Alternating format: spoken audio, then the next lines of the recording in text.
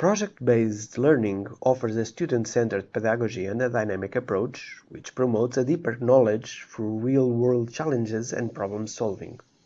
The U Open Lab concept is developed at the University of Porto, UPorto, in the context of the teaching-learning process. It is assumed to be an interaction facilitator platform between real-world needs and practical works topics. The aim is to provide innovative answers and effective use of assessment results, the credits recognition for future professional or scientific careers, and above all, a sustainable process oriented for, among others, universities' heritage services needs. As a centenary institution that grew consistently over the years, has indeed several collections that are very diverse in scientific area about its classification and typology. They could be integrated in the following scientific areas: exact or physical sciences, natural sciences and health, technological sciences, and social and human sciences. But that's not all. Apart from these areas, there are also other museums and institutions with specialized collections in the domains of art and architecture, as well as in sport. Generally speaking, the University of Porto's museum's vocation is oriented towards the safeguard of collections, education and investigation objects that are significant to the academy or the scientific universe, for the institutional celebration and of eminent figures of the university, and for pedagogical purposes through collections and equipment specially conceived for that goal. Tourism, known as a social and cultural activity, with elevated strategic importance for the development of a region, has currently become one of the main enhancement engines in Portugal. As a transversal activity, tourism establishes relationships between diversified resources and the territory, between supply, that shall be rich, differentiated, and competitive, and demand, growing, demanding, highly targeted, and in constant mutation. In the last years, culture and heritage have become the main focus of attraction to travelers that are looking for unique and surprising experiences, and are also seeking contact with cultural manifestations of the place that they visit. The benefit of this closer interaction between tourism and culture has had positive impacts in both national and regional economy. Furthermore, it has contributed to the organization and promotion of both sectors because it creates specialized employment and helps the preservation and valorization of cultural heritage. However, it requires a systematic update and development of touristic assets with high quality for the culture and knowledge sectors. It is exactly here that the university in general and its museums in particular can help enhance the touristic strategy of a region. What should be the contributions of a systemic version of the university museum? Nowadays, it has been questioned which way the university museums express the faculty's mission and how they are part of the museum, especially when there is a diversity of materials, whose trace was usually lost in memory, but obeys a production and information record logic. Only systematic study will allow the recognition of the circulation process of science and of patrimonial buildings surrounding men, objects, and courses. And this must be stressed because they correspond to the evolution of humanity as a whole. Only systematic evaluation of a disaggregated collection, zoology, mineralogy, botanic, and anthropology's material, among others, can give sense to a very rich universe. It must be borne in mind that one thing is the history of the institution and that of the communities, and something entirely different is the way they are involved in the conservation, interpretation, and information management policy. On top of all this, the function of formal education must be added, since that most museums of the university still have this function, which constitutes an identity that shall be also preserved and even stimulated. The connection of the museums to the process of education learning has been manifested in different domains, On a level of the use of collections, allowing students to learn based on observation, experimentation, and trial, the use of the museum's facilities with pedagogical goals, and the fact that many of their coordinators have, at the same time, professor roles. These specificities of the university museums reveal a territory in which the borders between education, investigation, and museological practice tend to blur, as when associated to the concept of a digital space that establishes relationships between museums, libraries, archives, the fresh university information systems, and the different communities' collections. A digital museum will allow enhancing shared creations, open experimentation, the endeavors of volunteers around the heritage, and the continuous update of the collections in an organized way.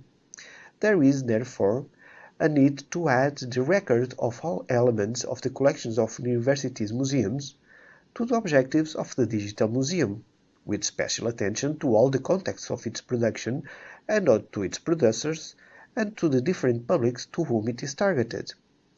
Therefore, the collections relate and connect all areas of the university, from the artistic to the scientific collections. The botanical gardens and maritime stations, as well as the memory spaces, buildings, archives, libraries, museums, and so on, are components of this project. The database and contents that sustain the digital museum will allow different publics with diverse goals to use this new device place for scientific research, for a scientific culture with what it can show, from geodiversity and biodiversity to the history of exact sciences and arts and humanities, to the history and the daily basis of the city and region, to the knowledge, to distract or for cultural leisure. The keywords are therefore interdisciplinary, collaboration, share, and innovation. With the Digital Museum, the University of Porto proposes to dynamically enrich the supply of digital contents by the U-Porto museums with documentation of the collections, as well as the efficiency of the management that the ongoing normalization will proportionate, with positive expression on the research, retrieval, and reuse of the information about collections to provide in a digital repository, induce the network collaboration by the academic community with the museums in the distinct disciplinary areas, pointing to the performative learning, to the investigation and exploration of knowledge products in digital format, as well as the safeguard of that collaboration's products through a platform that manages the contributions, central element for the uninterrupted creative stimulus and recognition of the merit that will occur on the creation of an open lab dynamic. Strategic concepts of essential participation to this project is the multifaceted access to the scientific knowledge culture and the fruition of the U-Porto's museological heritage and the relations that are established in the city of Porto and the North region, for intern and external publics to the institution, with them being specialists or non-specialists with a unique and adaptive digital infrastructure independently of spatial and temporal conditioning. The Digital Museum of the University of Porto intends to act as an interactions facilitator, to become a place that is in permanent creation, where knowledge about its museological collection is built and exchanged, and spread that knowledge in and out the academic community. This intellectual capital management is built upon a process that must be systematic, integrated, and articulated in a way that could add value to what and how is known about universities' museological collections. This process, that we call U-Open Lab, will promote the self-sustainability content development processes for the information repository and for the digital portal in the long term. However, it should be noted that the content production is performed in two stages. First, in which contents and resources that allow the opening of the digital museum are created and stored, promoting the aggregation of information and metadata that already exists. In a second phase, the repository will continue to be fed by the Oporto academic community, namely by students, through work and academic community projects, as well as potentially by researchers and lecturers, with these being in fact co-creators in a dynamic participatory open lab. With the adoption of this collaborative approach, the sustainable content creation in the medium and long term will be ensured, promoting as well the involvement of the Oporto community with the digital museum. The collaboration based on networks, engaging the academic community and university museums, will not only help the latter to reach a point of critical mass, but will also help to act on a larger scale at lower cost. Let us look at one example of a potential application scenario of our concept. A lecturer replies to a call to be carried out for studies on articles of Medical History Museum's collection and proposes as a project for the course to make 3D models of some of these artifacts. Projects carried out are assessed by the lecturer, and those who get a score higher than B are proposed to become part of the digital museum repository. Those which are approved are made available to serve as content for the portal or to be reused in later projects or studies. The students who produced these contents may, from that time onwards, have a digital portfolio that allows them to illustrate their academic path through thumbnails and timelines of the reuse of the work, with the possibility of integration into social networks such as LinkedIn.